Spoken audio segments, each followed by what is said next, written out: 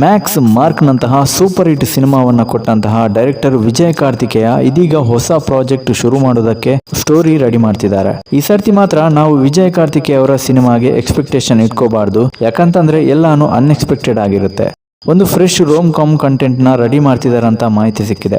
ಅಂದಹಾಗೆ ವಿಜಯ್ ಕಾರ್ತಿಕೇಯ ಅವರ debut direction ನ ಮ್ಯಾಕ್ಸ್ ಸಿನಿಮಾ ಇಂಡಸ್ಟ್ರಿ ಹಿಟ್ ಆಗಿತ್ತು. ಕನ್ನಡ ಚಿತ್ರರಂಗ ಮಾತ್ರ ಅಲ್ಲ, ಬೇರೆ ಬೇರೆ ಸಿನಿಮಾ ಇಂಡಸ್ಟ್ರಿ ಕಡೆಯಿಂದ ಕೂಡ ಸಿಕ್ಕಾಪಟ್ಟೆ ಕಲೆಕ್ಷನ್ಸ್ ಜೊತೆಗೆ ಗುಡ್ ರೆಸ್ಪಾನ್ಸ್ ಸಿಕ್ಕಿತ್ತು. ಅದೇ ರೀತಿ ಎರಡನೇ ಸಿನಿಮಾ ಮಾರ್ಕ್, ಈ ಮಾರ್ಕ್ ಸಿನಿಮಾ ಕೂಡ ಅಷ್ಟೇ ಸೂಪರ್ ಹಿಟ್ ಆಗಿತ್ತು. ಗುಡ್ ರಿವ್ಯೂಸ್ ಜೊತೆಗೆ ಕಲೆಕ್ಷನ್ ವಿಚಾರದಲ್ಲಿ ಡಬಲ್ ಪ್ರಾಫಿಟ್ ಮಾಡಿತ್ತು. ಹಾಗಾಗಿ ಎಲ್ಲಾ ಸರಿ ತಪ್ಪುಗಳನ್ನ ವಿಮರ್ಶೆ ಮಾಡಿಕೊಂಡು ಇದೀಗ ಒಂದು ಹೊಸ ಸ್ಕ್ರಿಪ್ಟ್ ರೈಟಿಂಗ್ ನಲ್ಲಿ ಬ್ಯುಸಿ ಆಗಿದ್ದಾರೆ ಡೈರೆಕ್ಟರ್ ವಿಜಯ್ ಕಾರ್ತಿಕೇಯ ಅವರು.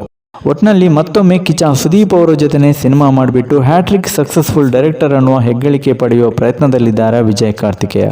ಇನ್ನು Mark cinema SIIMA award nomination ಪಟ್ಟಿಯಲ್ಲಿದೆ. ಅಂದಹಾಗೆ ಯಾರೆಲ್ಲ ಒಂದು ಲಿಸ್ಟ್ ನಲ್ಲಿದ್ದಾರೆ ನೋಡಿ. ಮಾರ್ಕ್ ಸಿನಿಮಾದಲ್ಲಿ ಕಿಚ್ಚ ಸುದೀಪ್ ಅವರು ಬೆಸ್ಟ್ ಆಕ್ಟರ್ ಅಂತ ನಾಮಿನೇಷನ್ ಆಗಿದ್ದಾರೆ. ಅದರ ಜೊತೆಗೆ ಸುದೀಪ್ ಅವರ ಮಗಳು ಸಾನ್ವಿ ಸುದೀಪ್ ಅವರು ಕೂಡ ಬೆಸ್ಟ್ ಪ್ಲೇ ಬ್ಯಾಕ್ ಸಿಂಗರ್ ಅಂತ ನಾಮಿನೇಷನ್ ಆಗಿದ್ದಾರೆ.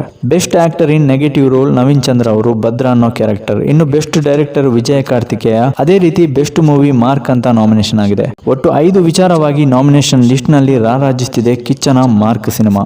ಇನ್ನು ಕಿಚ್ಚ ಸುದೀಪ್ ಅವರು ಸದ್ಯ ಬಿಲ್ಲರಂಗ ಭಾಷಾ ಸಿನಿಮಾದ ಶೂಟಿಂಗ್ ನಲ್ಲಿ ಬ್ಯುಸಿ ಆಗಿದ್ದಾರೆ. BRB ಸಿನಿಮಾದಲ್ಲಿ ಕಿಚ್ಚ ಸುದೀಪ್ ಅವರ ರಂಗ ಅನ್ನೋ ಕ್ಯಾರೆಕ್ಟರ್ ನ ಶೂಟ್ ಮಾಡಲಾಗ್ತಿದೆ. BRB ಬಗ್ಗೆ ಇನ್ನೂ ಒಂದಿಷ್ಟು ಅಪ್ಡೇಟ್ಸ್ ಇವೆ. ಮುಂದಿನ ವಿಡಿಯೋದಲ್ಲಿ ಒಂದೊಂದಾಗಿ ರಿವೀಲ್ ಮಾಡ್ತಾ ಹೋಗ್ತೇನೆ ಅಂತ ಹೇಳ್ತಾ, ಇದಿಷ್ಟು ಹೊತ್ತಿನ ಟಾಪಿಕ್. ವಿಡಿಯೋ ಇಷ್ಟ ಆದರೆ ಲೈಕ್ ಮಾಡಿ, ಚಾನಲ್ ಫಾಲೋ ಮಾಡಿ ಗೈಸ್.